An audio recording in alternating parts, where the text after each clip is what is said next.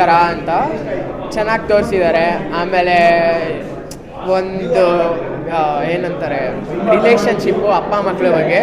ಅಪ್ಪ ಎಷ್ಟು ಕಮಿಟ್ಮೆಂಟ್ಸ್ ಇದ್ರೂ ಮಕ್ಳಿಗೋಸ್ಕರ ಎಷ್ಟು ಹಾರ್ಡ್ ವರ್ಕ್ ಮಾಡಿ ಅವ್ರ ಆಸೆನ ಫುಲ್ಫಿಲ್ ಮಾಡಬೇಕು ಅಂತೆಲ್ಲ ತೋರಿಸಿದ್ದಾರೆ. ಚೆನ್ನಾಗಿದೆ.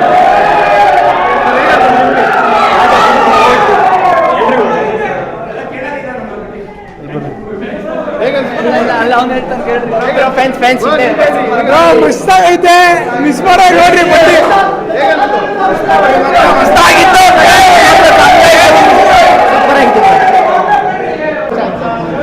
ಮೂವಿನಲ್ಲಿ ಮಿಡಲ್ ಕ್ಲಾಸ್ ಕಂಟೆಂಟ್ ಚೆನ್ನಾಗಿದೆ. ಎಲ್ಲ ಮಿಡಲ್ ಕ್ಲಾಸ್ ಅವ್ರಿಗೂ ಚೆನ್ನಾಗಿ ಕನೆಕ್ಟ್ ಆಗುತ್ತೆ. ಫಾದರ್ದು ಮತ್ತು ಸನ್ದು ಬಾಂಡಿಂಗು ಎಲ್ರಿಗೂ ಆಲ್ಮೋಸ್ಟ್ ಎಲ್ಲರೂ ಕನೆಕ್ಟ್ ಆಗುತ್ತೆ. ಈವನ್ ರಿಚ್ ಪೀಪಲ್ಸ್ ಆಗಲಿ, ಮಿಡಲ್ ಕ್ಲಾಸ್ ಆಗಲಿ, ಬಡವರಾಗಲಿ ಒಂಥರ ನಮ್ಮನೆ ಸ್ಟೋರಿನೇ ಅನಿಸುತ್ತೆ.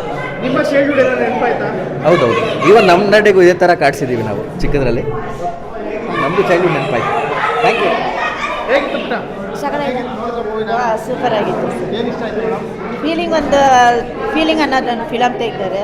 ಅದು ಯಶಸ್ವಿ ಆಗಬೇಕು. ನಮ್ಮಂಥ ತಂದೆ ತಾಯಿಗಳು ಮಕ್ಕಳಿಗೆ ಯಾವ ಥರ ಇದು ಮಾಡಬೇಕು ಅನ್ನೋದು ಒಂದು ತೋರಿಸ್ಕೊಟ್ಟವ್ರೆ. ಅದು ತುಂಬ ವೈರಲ್ ಆಗಿದೆ.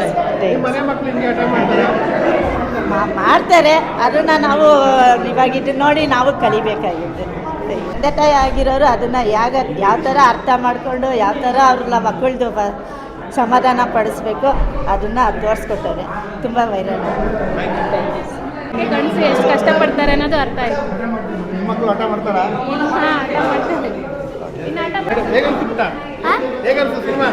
ಚೆನ್ನಾಗಿತ್ತು. ಏನು ಇಷ್ಟ ಆಯ್ತು ನಿಮಗೆ ಸಿನಿಮಾದಲ್ಲಿ? ಅಪ್ಪ ಮಗ ಬಾಡ್ಗ.